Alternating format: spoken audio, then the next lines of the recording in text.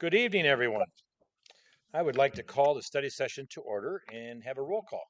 Alderperson Robinson, Present. Hurt, Maynard, Present. Swanson, Parker, Here. Poulos, Here. Healy, Here. and Mayor Tomes. Here. Thank you very much. Public comment. Looking at the audience, I don't see anybody here for public comment. They're signed up, so we'll move on to the presentation. Get to learn all about financials. Fun numbers.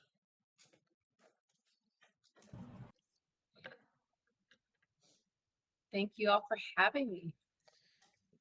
You're welcome. Glad you could make it. Good evening, Mayor, members of City Council. Before I kick it off and hand it over to Hannah, I just wanted to take a few minutes to acknowledge my team and a few of the other departments.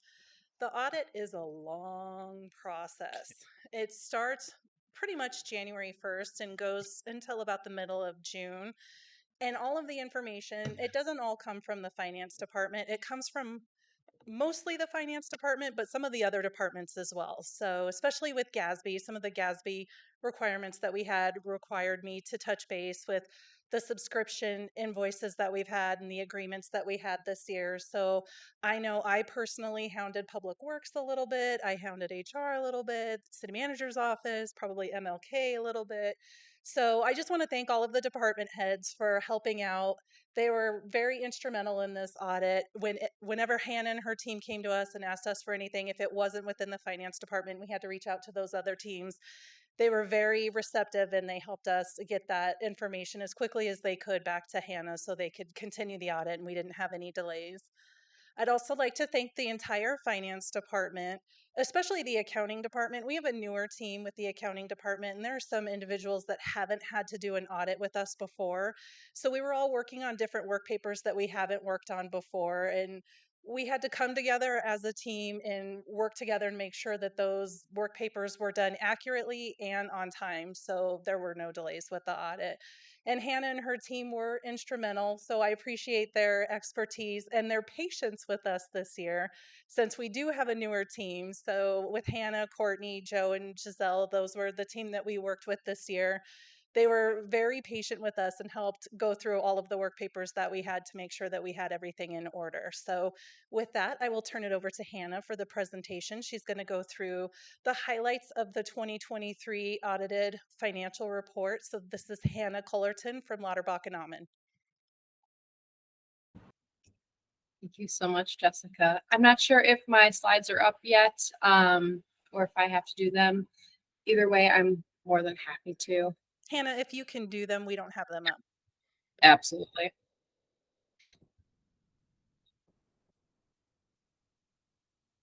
Right.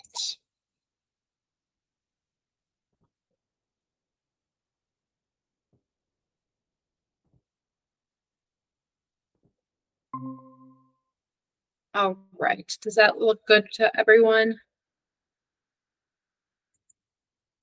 Perfect. So, like Jessica said, my name is Hannah Cullerton. I'm one of the audit managers here at LNA. I've been here for about 4 years now, but I've been working on the City of Rock Island ever since I started working at LNA, so it's been a journey together. And again, I do want to thank everyone that was helping along with the audit because it is a big one. Lots of moving pieces, and like Jessica said, a young staff, newer staff, and especially with those changeovers, it's hard doing an audit and coming in and making sure that everything runs smoothly, but it really ran smoothly this year, and I just want to commend everyone for all of their hard work and all of their patience with us as well. But yes, I am going to quickly go over some of the highlights of this presentation. So one of the first sections in the report is the introductory section. This is kind of like a small little section in the report based on high-level items. So you have your principal officials, you have your organizational chart, you have your transmittal letter, and on page 11, you will see the Certificate of Achievement for Excellence, which is something that the city has to apply for every year. And you will see their award for 2022. which is very common. You always see the year prior. Yeah, we, at this point, we cannot see the different pages. I think you have the Oh. control of this. Oh no. Okay, there we Okay. go. And I don't know if Can you you can see enlarge the that? screen or not, but yes, that's fine. Perfect. I'm so sorry. On page 11, you will see the GFOA award. This is also the 40th year back in 22 that the city has received this award. They already received the award for 2023. So it will be the consecutive 41st year that the city has received this award, which is huge. Okay, the next section is the financial section. So the first page that I want to touch base on is page 14. It's the independent auditor's report. This is where we give our opinion of our audit. In this section, you will see we gave an unmodified opinion. It's a clean opinion, the highest opinion that we can give. Just means that all the financial statements were presented fairly in all material respects. And you can also note that there were no internal control findings outside of the normal day-to-day. So nothing to note on. Hannah, our screen didn't change again. Oh no, okay. I don't know why it's doing that. I am so sorry. You're okay. So, yeah, whatever page you want us to see, you control it. Perfect. I know I'm hitting next and apparently not. You're So on page 3. You're on page 3 of 9 right now. From page 3. Yep. Okay. Thank you. So on page 28 of the actual report, you will see the management's discussion and analysis page. It's the executive summary page or the MD&A. So this is a high-level overview of what the rest of the report will touch base on. I always like to say this is the section of the report that I kind of show people if they don't have the time to read the entire report front and back. But they do want to understand what happened throughout the year. This is kind of where I point them to because this will give them the highlights and all that good stuff. On page 34 is the start of the basic financial statements. I'll go over that in just a few moments, but this is where you will see the government-wide and also the fund level financials. And then the last section of the entire report is starting on page 117, which is the supplementary information page, which is all of those good high level like 10-year factors and all of that stuff. So let's hopefully it moves. Do you see page 4 now? Hopefully. Nope. Oh no. Okay. I'm just going to keep going in and out. I'm sorry, you guys. Okay. So we're on to the basic financial statements. Starting on page 34. So you have your government-wide statement of net position. So high level, you'll see the assets and deferred outflow of resources for the big ticket items are the governmental activities for $196 million. For business type activities, it's $169 million. For the MLK Center, it's $1.7 million. And for the Rock Island Public Library Foundation 22 information, it is $2.5 million. And on the other side of the balance sheet, you'll have your liabilities and deferred inflow resources.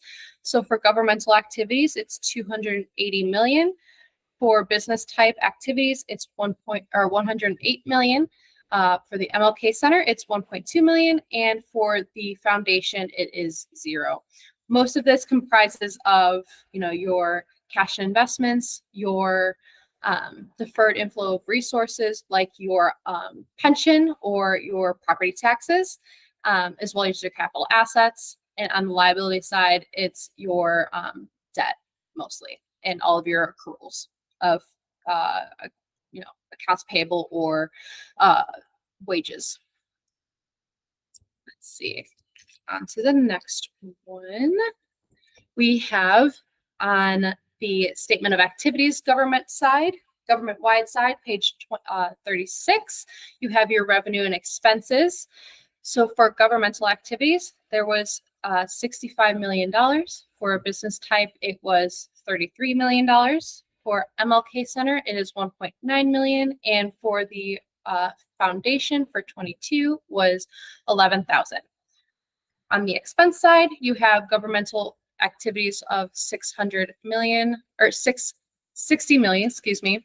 Business type, you have $29 million. For the MLK Center, you have $1.6 million. And for the foundation, you have $305,000.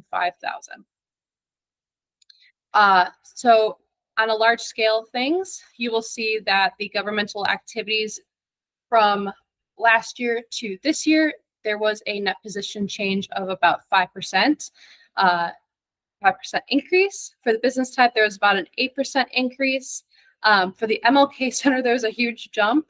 There was 159% increase. And for Rock Island Public Library Foundation for 22, there was about 11% decrease. Let's see. The next one for the basic financial statements. I'm not going to touch too much on this, but this goes more in depth of what all of those information went to on the fund side. So starting on page 38, you have your governmental funds. On page 46, you have your proprietary or your business type funds. On page 56 is the start of your fiduciary funds, your pension funds. And then the bigger section that I will kind of go into more is starting on page 58. So that is your notes to financial statements. This is the section of the report that goes more into detail, has more jargon about what all of those fund numbers in the beginning of the report, what they all come together as. So you'll see on page 77 is your leases receivable. And then you have on page 80, your capital assets for both government-wide and your business type. Starting on page 82 is your long-term debt, those schedules between additions, deletions, and what is due in 1 year.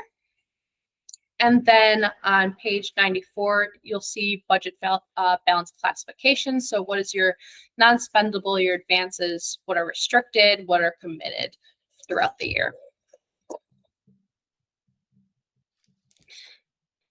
And then the last section of this report, again, I'm not going to go too much into detail. I know it's a lot of information, but is your supplementary information section. So this is comprised of schedules for your employer contributions, the changes in employer net position liability, your investment returns, your employer totals for OPEB liability, budget to actual comparisons on a fund-wide side. So you can see the breakdown of each of the funds. One of the bigger sections that we do have to report on is on page 191, which is your consolidated year-end financial report, which is all of the fund grant expenses that we have to provide in the report. Because the city expends more than $200,000 throughout the year for grant expenses.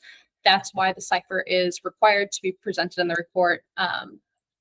The city also reached the threshold for a single audit again this year. That is a separate report that we are working on, and it's in the works, and it will be over for review soon. But this is more of a small, detailed scale of those grant expenses and by which grant it was for. The rest of the report, you'll see long-term debt requirements. So what are the maturities throughout the rest of their lives? And then your statistical section. That's that report. And then one little last bit that I would like to touch base on is your management letter / your SAS 114 letter. So this is that separate report, not in the actual audit report, but this is just our recommendations or any pronouncements that are coming out throughout the next couple of years that we give to management for better business practices if there's anything to touch base on. So in the current year, there were 2 new ones, and then in the prior year, there were 2 as well. All of them required because of GASB pronouncement changes. Nothing managerial or internally that we had a management letter comment on, so nothing to change there. But you will see in the prior recommendations, we had the GASB 96, public-private and public-public partnerships. There is nothing to be implemented, so no applicable partnerships in the current year. So this is considered implemented. It won't be repeated in the future, so you won't see that next year. And then the other prior one was the GASB 96, so your subscription-based information technology arrangements, or your SABITAs. You will also see the breakdown of those SABITA arrangements in the report. So on pages 85 and 86, you'll see kind of that breakout of what those are. So this will also be considered implemented. It won't be repeated in the future, but if there's anything that is put into place in the future, we will make sure and get this implemented on that pronouncement requirements. The 2 current recommendations are GASB statement number 100 and 101. So accounting changes and error corrections and compensated absences. These do not go into effect until the fiscal year end 24. The first one for 100 is just report jargon that needs to be updated to be considered implemented into this arrangement. And then compensated absences, it just goes into more detail about what is considered compensated absences and what isn't. But this is something that we will work on together, and nothing that the city has to worry about as at this moment. But that is me. This is the contact information. This is where our we are located, any phone number, fax number, and then this is our audit partner, Jamie Wilkie. If you have any other questions, you're free to reach out to her or me. I'm happy to assist.